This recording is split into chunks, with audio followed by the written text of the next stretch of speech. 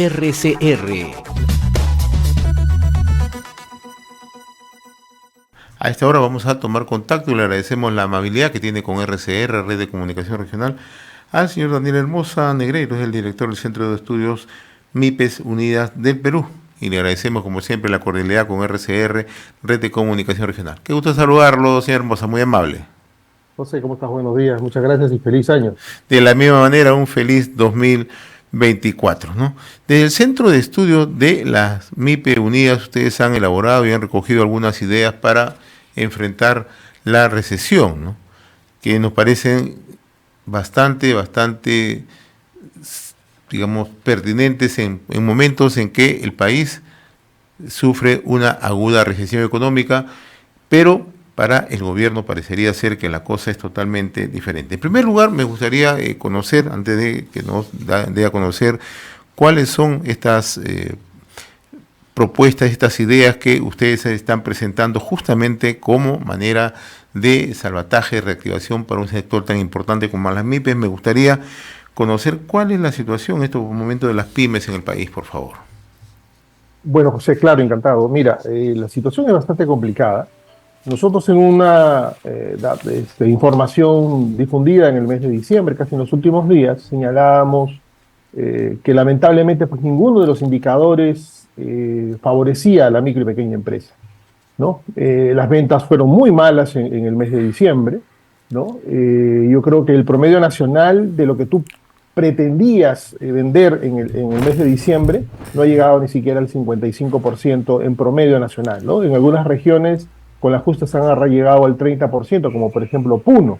Y estamos hablando de industria manufacturera, por si acaso, ¿no? La industria manufacturera básicamente, ¿no? Pero el promedio entre sectores servicios, comercio e industria, más o menos el 55% de tu expectativa de venta se ha logrado en el mes de diciembre. Por lo tanto, estamos iniciando un 2024 descapitalizados, con un stock ahí inmovilizado porque no se ha podido colocar, y obviamente con la incapacidad de poder cumplir con nuestras obligaciones, con proveedores, con el tema tributario en general, con una situación de iliquidez bastante complicada para este 2024, lo cual colisiona con ese optimismo extraño, yo diría casi de, no sé, no quisiera calificarlo muy fuertemente, pero ese optimismo irracional, ¿no? Que tiene el ministro de Economía de que la economía se va a reactivar el primer trimestre y ahora creo que ha corrido el segundo trimestre de este 2024. Yo creo que la situación va a continuar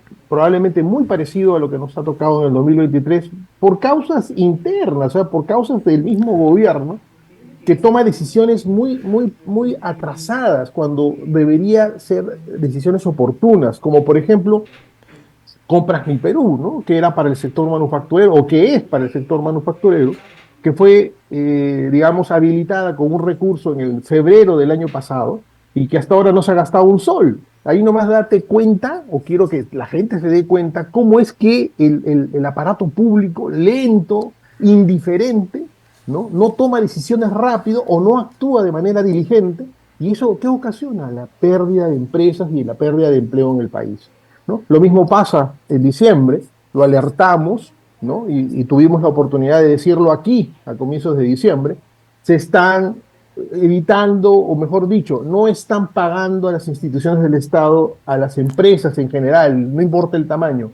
Y ahora tenemos como resultado, pues, que esa recesión que deberían combatirla, más bien la ha abonado con esa, como repito, esa indiferencia del Ministerio de Economía y Finanzas de pagar deudas, porque no estamos hablando ni siquiera pues, de una inversión nueva, sino algo que ya se hizo y que no ha sido pagado por las instituciones del Estado. Entonces, ante ese panorama, la situación está muy complicada. Lo único que nos queda a nosotros como dirigentes y como, digamos, representantes de este sentir, de este fastidio que tiene el sector empresarial, pues ya comenzar a pensar de que tenemos que enfrentar a una crisis y estamos, como tú bien has señalado, sacando un documento que lo estamos circulando también a nivel de las empresas afiliadas y no afiliadas, recomendaciones de cómo enfrentar esta crisis, porque obviamente el Estado está en su nota. Así es. Renuncia el ministro, no, mejor no renuncio. De verdad, esto es un cuento de Walt Disney, porque no entiendo qué es lo que está pasando en el Ejecutivo. En efecto, ustedes han están circulando un documento donde recogen 10 ideas para enfrentar la recesión, ¿no?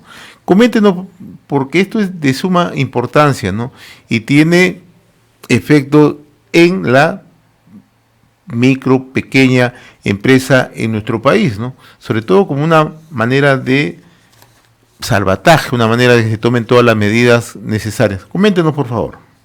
Sí, bueno, nosotros hemos venido recogiendo información básicamente de lo que están haciendo las empresas. Cada una de manera individual viene implementando medidas para poder enfrentar la crisis recesiva, ¿no? En este momento, como tú sabes, se ha leído hace unos días en un medio de comunicación nacional que 1.200 empresas entre pequeñas, medianas y grandes empresas están en Indecopi para salir del mercado. 1.200, ¿no? Y si tú revisas las estadísticas que ha sacado hace poco el INEI con relación a la mortandad empresarial, el año 2023 estamos cerrando con más de 165.000 micro y pequeñas empresas cerradas que se han dado de baja en el SUNAT. Esta es una cifra, pues, creo que no, nunca antes vista en la historia del país, ni siquiera en la época de Castillo, que fue el pico más alto de mortandad empresarial MIPE que tuvimos, ¿no? 165.000 MIPES han desaparecido el año pasado. Entonces, obviamente ya no queda otra que comenzar a mirar hacia adentro y diagnosticar qué es lo que mejor podemos hacer como microempresarios. Y entre ellos es, obviamente, y lo que justamente siempre se habla, ¿no? No hay inversiones nuevas, el sector privado no está invirtiendo. Pues obviamente es una de las recomendaciones que tiene que hacerse. Cualquier inversión que todavía no ha sido, digamos, que no dé frutos económicos, tiene que ser postergada. Y es el primer punto que hemos puesto en nuestras recomendaciones, racionalizar o postergar actividades poco rentables para la empresa.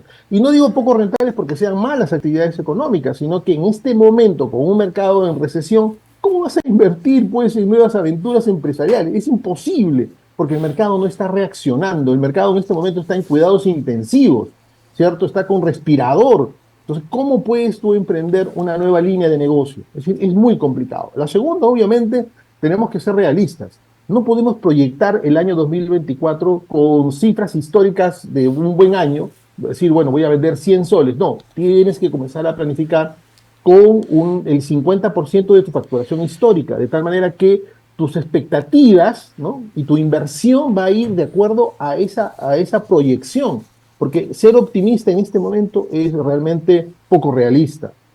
Bueno, mejorar tu control de inventarios es una de las cosas mucho más importantes. Normalmente las empresas tienen una programación de compras, ¿cierto? Voy a comprar, por decirte, 50 metros de tela este año. No, pues este año tienes que racionalizar porque tienes que entender que quedarte con stock guardado en tu almacén y no venderlo es una carga muy pesada en este momento para las empresas.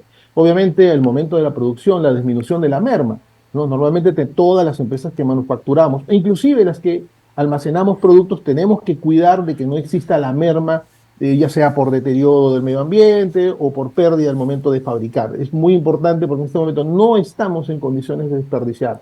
Bueno, concentrarse en la calidad, obviamente ya es una parte muy importante en cuanto a lo que se refiere, llegar al mercado con una ventaja comparativa y competitiva frente a tu competencia, ¿no? La evaluación de los colaboradores. Ese es un tema que realmente es muy doloroso para todos los empresarios, no importa el tamaño de la empresa.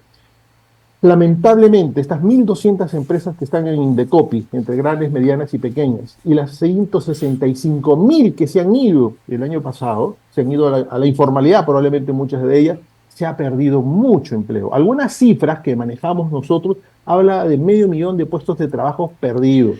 Entonces, aquí es muy importante evaluar bien a tu personal. No es muy suicida, por decirlo de alguna manera, perder talento. A veces es mucho más costoso perder talento, ¿no? Y así que hay que tratar de ver cómo se maneja esta situación con relación a nuestro personal, que es un costo fijo bastante alto en las empresas. Bueno, obviamente una vez que hayas realizado todas estas tareas de ahorro, pues trasladarlo al precio final. No te queda otra, seguir bajando precios y es que lo que finalmente buscaba este gobierno, ¿no? Controlar la inflación, pero ¿a costas de qué? A costas de perder empleo, a costas de estrangular a las empresas, ¿no? Bueno, obviamente ya vienen las estrategias de marketing, incrementa tus promociones, las ventajas para tus clientes, fundamental en este momento, de tal manera que te puedas mantener en el mercado. Ahora, lo que hablábamos, ¿no? el Estado que no paga, el Estado perro muertero, ¿no? Pero también en el sector privado lo hay, y hoy es justificable porque obviamente se rompe la cadena de pago. Tienes que identificar a tus clientes problemáticos y cambia la modalidad de pago en lo posible, de tal manera que tu riesgo no sea tan alto al momento de entregar tu mercadería y al momento de cobrar te posterguen o simplemente no te paguen. Luego, obviamente, reposicionar tu marca. Es muy importante volver a lanzar tu marca, relanzarla, de tal manera que nuevamente tus consumidores que ya te compraron en algún momento te recuerden y los nuevos conozcan esos valores que tiene tu empresa al momento de vender un producto o un servicio. Obviamente, incrementar tus ventas al máximo.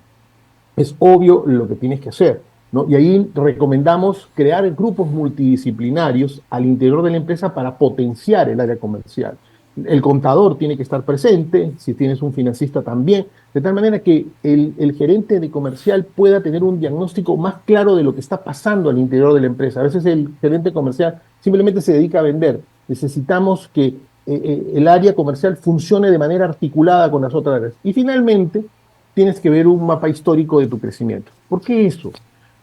Obviamente en el transcurso del tiempo tú has tenido picos altos y has aplicado fórmulas para llegar a esos picos altos, ya sea fórmulas de contratación de personal o de marketing, ¿cierto? Pero tienes que ir comparando este momento con ese momento pico que tuviste hace 5 años, 4 años, y tratar de volver a reeditar esas metodologías que utilizaste para poder lanzar a tu empresa en ese momento, obviamente, ¿no? Y obviamente tienes que tener muy claramente cuál es tu situación, tienes que saber cuál es tu posición en cuanto a tus posibilidades de crédito, cuánto tienes de patrimonio, ¿no? Tu endeudamiento, el personal empleado, ¿no? Entonces, todo este diagnóstico te va a ayudar a saber en qué momento te encuentras de la historia.